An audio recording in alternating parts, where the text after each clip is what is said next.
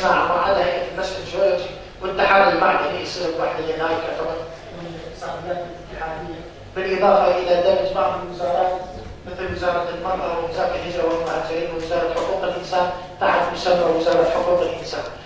الفكرة اللي موجودة في هذه الأمور راح يصير عندنا مميزات اثنين، صلاحيات كلية لدى المحافظات وصلاحيات كلية لدى الحكومة الاتحادية. بالتالي فأنا فكيت الاشتباك الموجود، راح يكون هناك شفافية أكثر، وراح يكون وزارات اتحادية 100%. الحكومات المحلية ما راح تتدخل في إجراءات وسير هذه الوزارات، بالتالي الوزارات تشتغل براحتها وتصير عندها شفافية في الإجراءات وشفافية في الجانب المالي والمادي معنا، ونفس الحالة بالنسبة إلى المحافظة. القواعد اللي راح يزيد من الشفافية هي راح يكون عندنا قانون النفط والغاز لفك الاحتمال ولفك الاشتباك والتهريب اللي يصير. هذا مهمة جدا، لابد أن يمرر قانون النفط والغاز وقانون وتعليمات الإيرادات المحلية.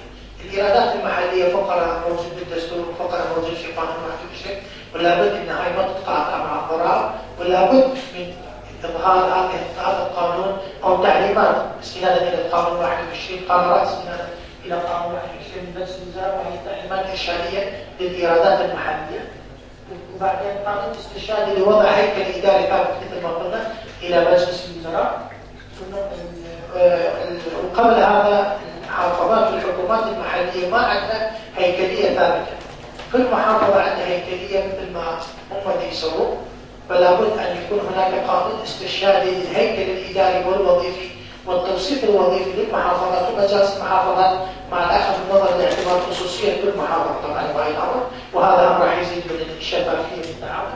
والنقطة الأخيرة هي إصدار قانون خاص بهيكل الحكومة العراقية وقانون خاص لمجلس الوزراء. هناك قانون قديم على فكرة الحدث عامل يعني ما بلغية اللي هي قانون مجلس الوزراء السابق، يمكن مال الستينات موجود، وما ممكن العمل على هذا القانون وفق المنظومة الجديدة. بالتالي لابد للحكومة العراقية أن يصدر قانون جديد لمجلس الوزراء، وهذا القانون ما يكون قابل للمفوضات السياسية. شكرا جزيلا دكتور شراب المقترحات المنفوسة لابد استحضار الاهتمام الخاص. الآن ننتقل للأستاذ عبد الحافظ.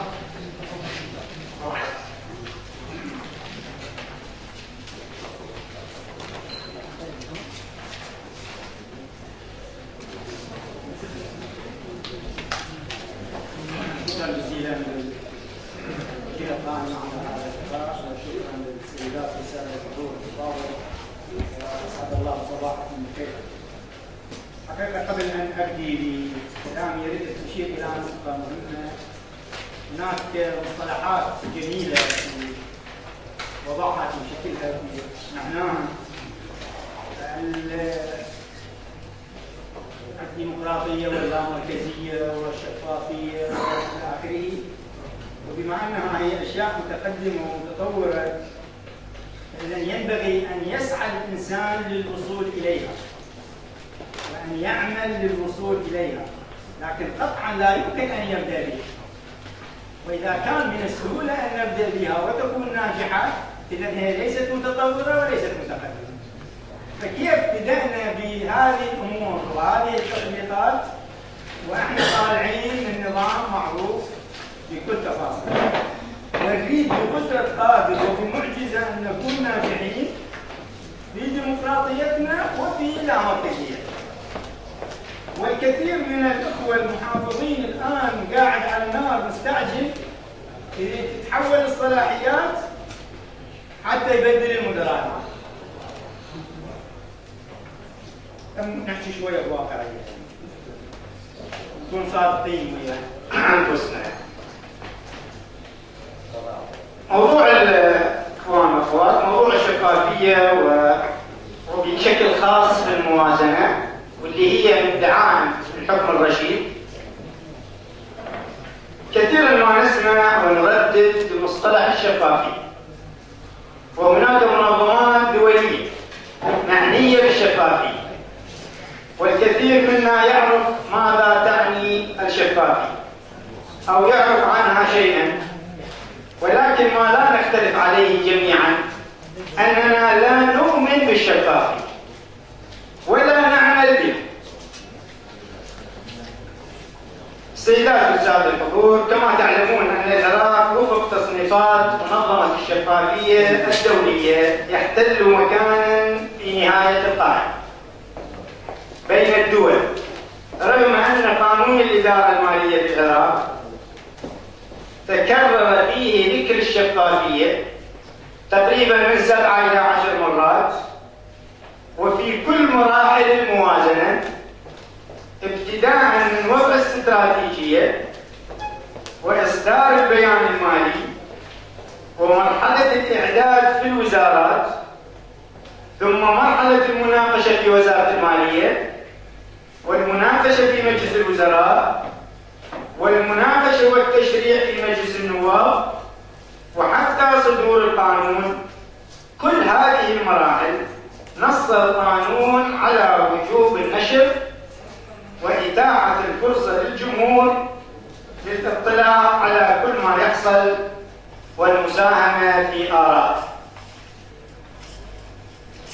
وكذلك في مرحلة التنفيذ يجب أن تكون هنالك تقارير شهرية وفصلية ونصف سنوية وسنوية عن كل مرحلة تبين نسب التنفيذ وتكون متاحة للجمهور للاطلاع عليه وممارسة دور الرقابي والمتابعة بل والمحاسب إن كان بإمكانه أن يحاسب.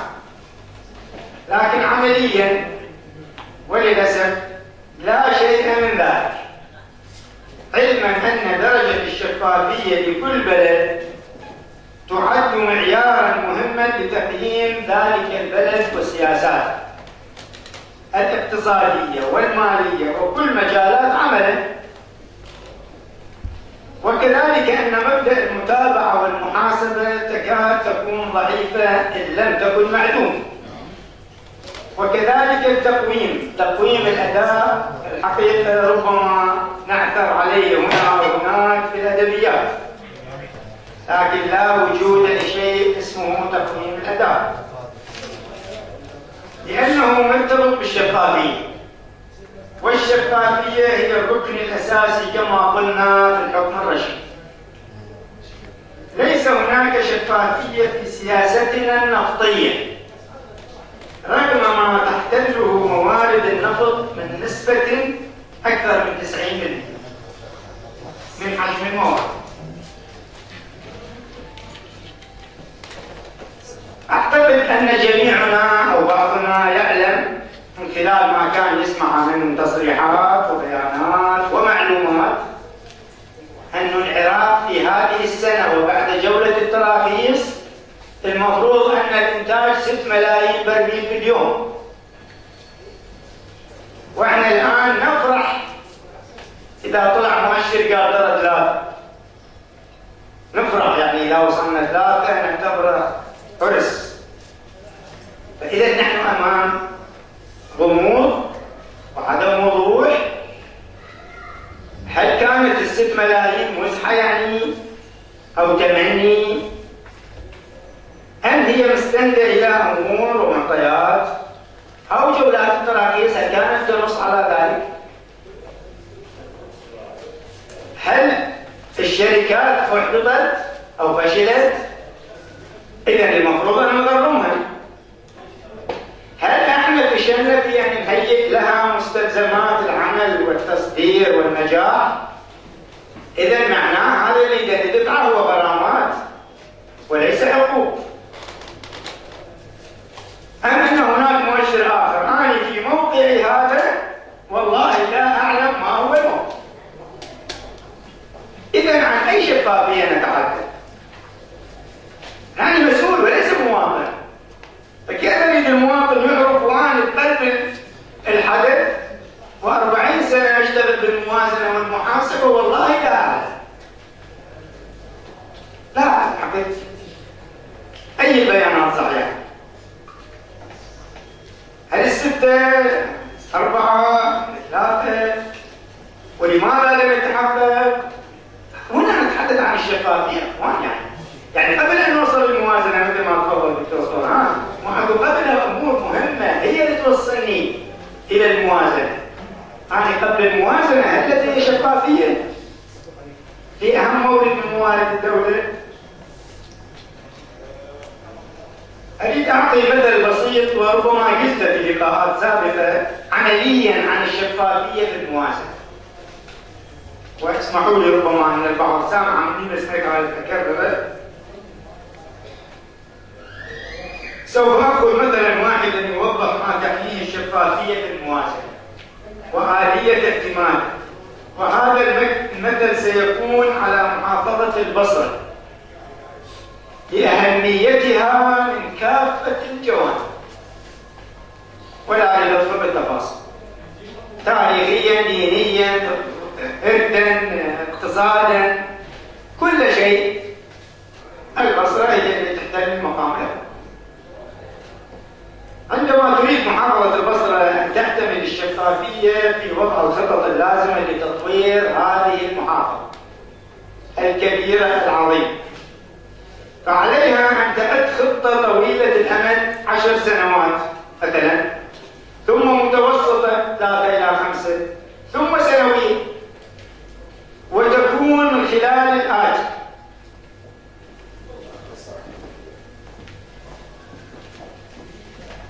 أولا توجيه دعوة إلى أصحاب الاقتصاد، اختصاص الرؤية من مختلف طبقات المجتمع البصري وتخصصاته، من الجامعات، من النقابات، من المنظمات، من رجال الأعمال، وجيلهم دعوة غير خذوها من عندهم. اثنين، الطلب منهم المشاركة في إعداد خطة لمحافظة البصرة وكل حسب اختصاصه للوصول بها خلال 10 سنوات إلى المستوى اللائق الذي تحلم به ويحلم به العراق. ثلاثة، يعاد تصنيف هذه الخطط وهذه الأفكار وهذه الرؤى حسب الأولويات والمدد الزمنية. 4، تحديد مدد لكل مرحلة وتوقيت مناسب للإنجاز،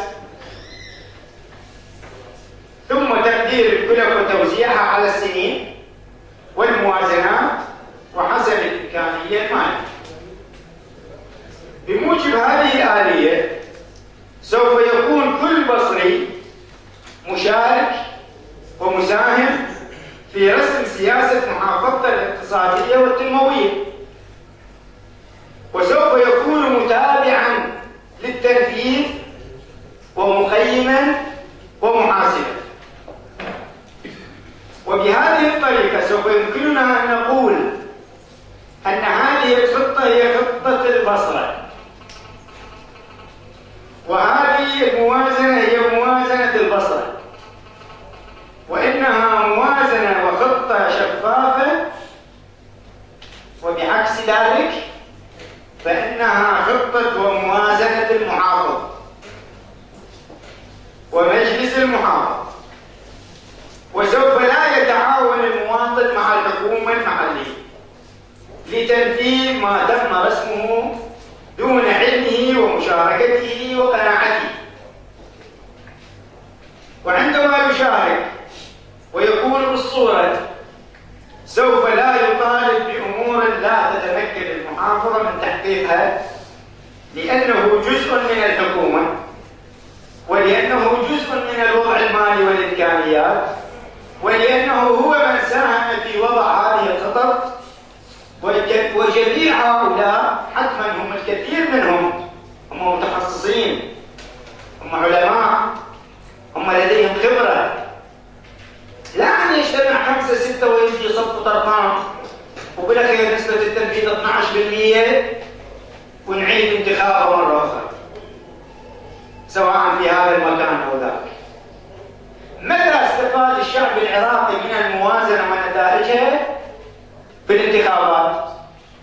متى؟ شو الفاشل في التنفيذ يفوز على أعلى الأصوات. فإذا وين دور المواطن؟ لأنه معزول، لأنه ليس هناك شفافية. هذا معنى الشفافية الحقيقي. يعني لا أريد أن أذكر تعاريف علمية وأكاديمية وكذا، لا، أقولها كما هي على الأرض. حينما يحضر هؤلاء مهندسين والأطباء وأصحاب الرأي والتجار متقاولين ويشاركون، هذا يعني كل الجمهور البصري شارك. يعني المهندس راح يحكي كل المهندسين، والطبيب راح يحكي للاطباء يقول اقترحنا كذا وعبرنا عن احتياجهم الى كذا، وابو الاختصاص الاخر وابو البيئه وابو النفط وابو الموانئ وابو كذا. اذا طلعت خطه اسمها خطه البصره، تمثلت بمنتهى الشفافيه، واصبح كل مواطن يحس انه هو نعم هذا المركز الديجون ترى انا اقترحته، او اخوي اقترحه، او رئيس نقابتنا اقترحه وناقش ويانا. هكذا هي الشفافيه، هكذا المقصود بالشفافيه في التخطيط وفي الموازنه. انا اعطيت مثل بسيط هي محافظه، لكن على مستوى الدوله كذلك. على مستوى الدوله ايضا تعد الاهداف اولا، ثم تعد البرامج، ثم تعد الانشطه، وكل مرحله هاي تعلن على الجمهور، وكل فتره منها تخضع للنقاش والجدال الى ان تستقر حتى تكون قابله للتنفيذ. من 2004 اليوم نسبه تنفيذنا تتراوح 30 و20 و25 وكذا، لكن هل نسال لماذا؟